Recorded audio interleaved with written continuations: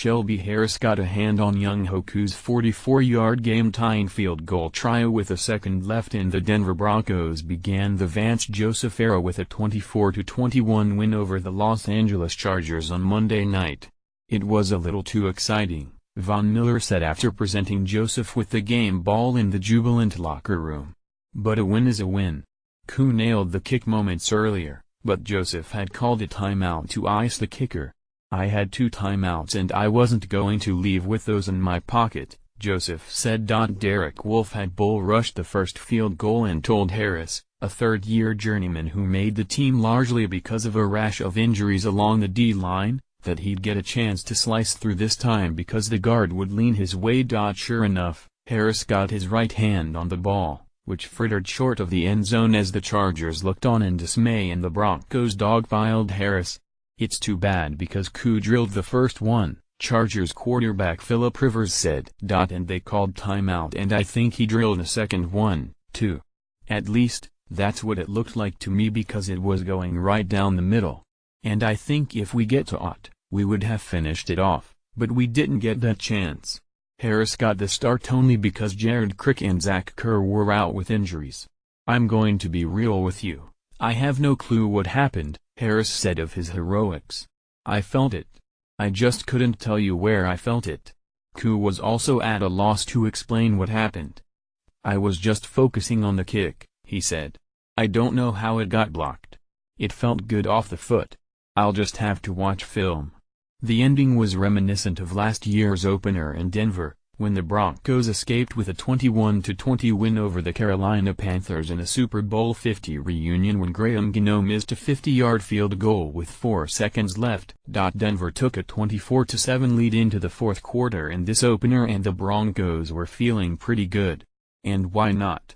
The Chargers were 1-155 in their history when trailing by 17 or more in the fourth quarter, and Denver was 175-0-1 with a fourth quarter lead of 17 or more. Then came a nightmarish 8-minute stretch in which they had 2 turnovers that were converted into touchdowns, a missed field goal and a punt.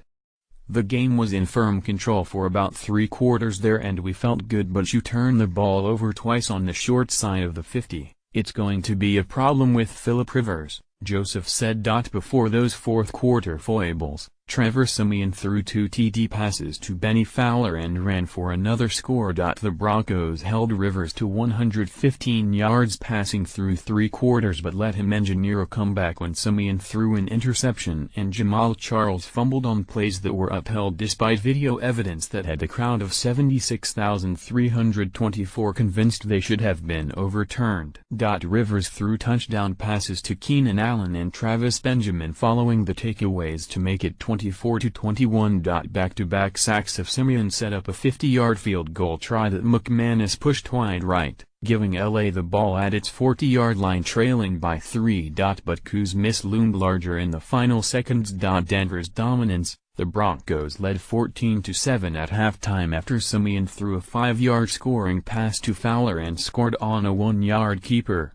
Los Angeles' only touchdown drive was aided by a 40-yard pass interference call on cornerback Bradley Roby before Rivers hit running back Melvin Gordon for an 11-yard touchdown toss. Safety Justin Simmons hit Gordon at the 2, but he just somersaulted across the goal line. Rivers stayed away from the All-Pro tandem of Aqib Talib and Chris Harris Jr., instead targeting Roby and safeties Darian Stewart and Simmons. Roby atoned for his crucial penalty with an interception in the third quarter on a pass intended for Allen. That led to Siemian's 6-yard TD toss to Fowler that made it 21-7. McManus kicked a 20-yard field goal on the last play of the third quarter, capping a 78-yard drive that ate up 8 minutes, 16 seconds. Historic opener, the game presented landmarks on the football field, along the sidelines and in the broadcast booth. Not since 1960 had the Chargers represented L.A., where they played their inaugural season before bolting to San Diego. Beth Mowins became the first woman to call an NFL regular season game since NBC's Gail Sierrans in 1987 when she handled play-by-play on the doubleheader nightcap alongside Rex Ryan, who made his debut as an ESPN analyst.